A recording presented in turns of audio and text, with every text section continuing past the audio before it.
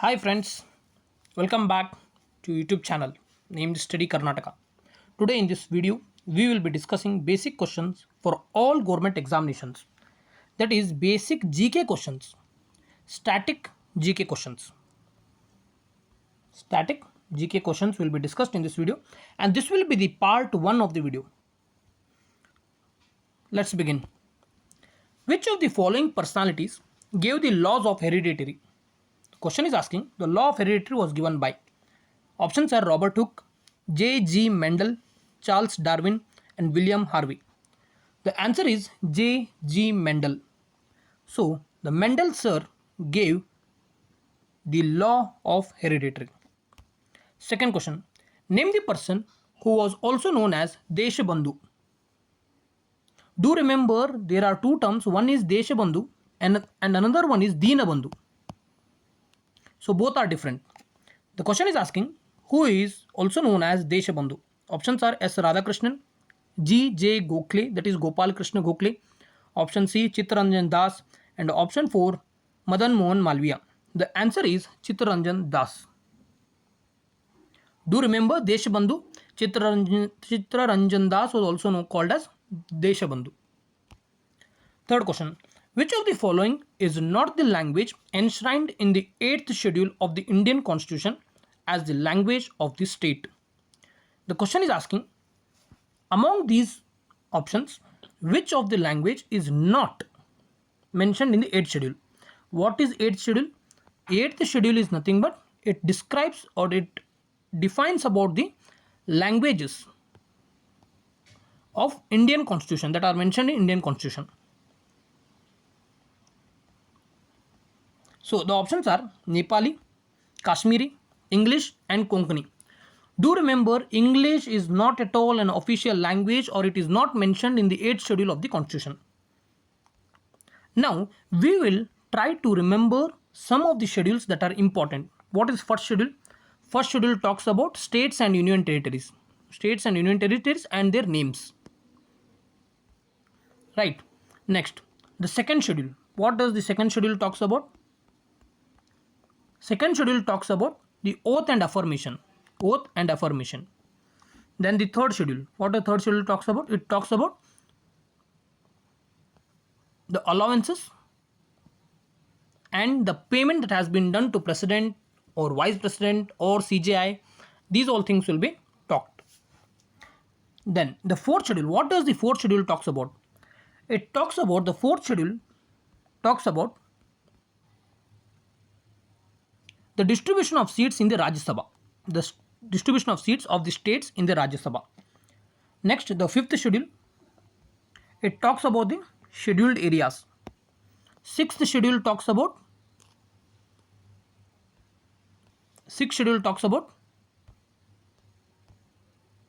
tribal areas. Next, the seventh schedule talks about the distribution of powers in between the center and the states. That is concurrent list, state list and union list. The other one is residuary list and it is the power that has been given to the union list. That means only the union list can make laws that are mentioned in the residuary list. And as we all discussed, 8th schedule is nothing but the official languages or the classical languages that has mentioned in the Indian Constitution. Then the ninth schedule talks about ninth schedule talks about land reforms. Do remember land reforms. This question was asked in UPSC. And the important question, the 10th schedule, it talks about anti-defection law. Anti-defection law. Then the 11th schedule talks about panchayat. 11th schedule talks about panchayat. And the 12th schedule, there are 12 schedules in Indian Constitution. And the 12th schedule talks about cooperative societies. And this was added by 97th Amendment Act. Do remember this thing. Let's move on to the next question. Gita Govinda. Gita Govinda is the famous creation of which of the following options? Banabhatta, Kalidasa, Jayadeva and Bharatamuni. Do remember this question has been asked in many examinations, and even in the previous, that is the question paper that was held by ASRB or ICAR for AO and FAO officers, this question was asked in the terms of match the following. Here the answer is Jaideva. Jaideva has written this famous Gita Govindam. Next question, World Trade Organization came into existence in which year? Options are 1992, 1993, 1994 and 1995. Do remember, if you at all remember what is GATT, that is General Agreement for Trade and Tariffs, as this was not having the discretionary powers or to punish anything, the world leaders came up with a new concept called World Trade Organization.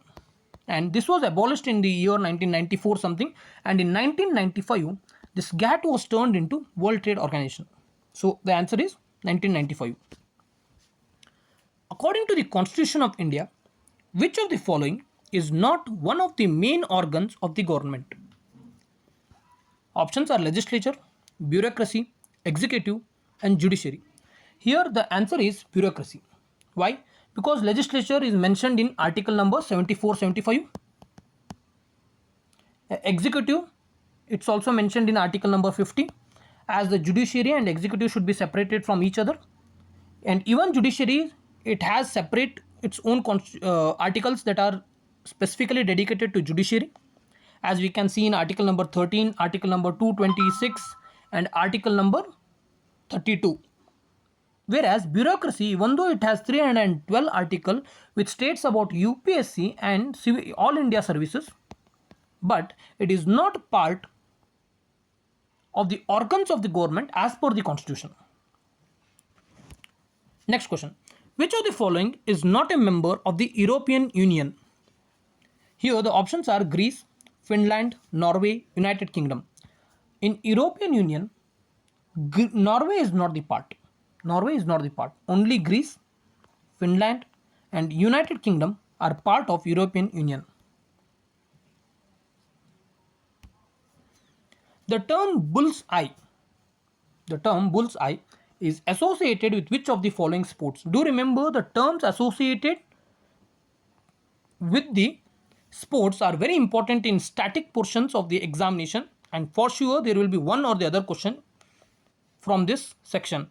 So the term bullseyes is associated with shooting. The term bullseye is associated with shooting. So these were some of the questions that we will be discussing in the part 1, and we have already discussed it. For further questions, do visit the channel again. If you like the video, please click a like. The next question, which was the first non-Arab state to recognize the Palestine Liberation Organization in 1975? Which was the first non-Arab state to recognize the Palestine Liberation Organization in 1975? Options are India, Israel, China, USA. Here, the question is most important. Why? Because the answer here is India. India was the first non-Arab state to recognize the Palestine Liberation Organization in 1975. Thanks for watching the video. As I already said, if you like the video, please click a like and subscribe to the channel to get more updates. If you want to join Telegram channel, the link will be provided in description. Join it. Thank you.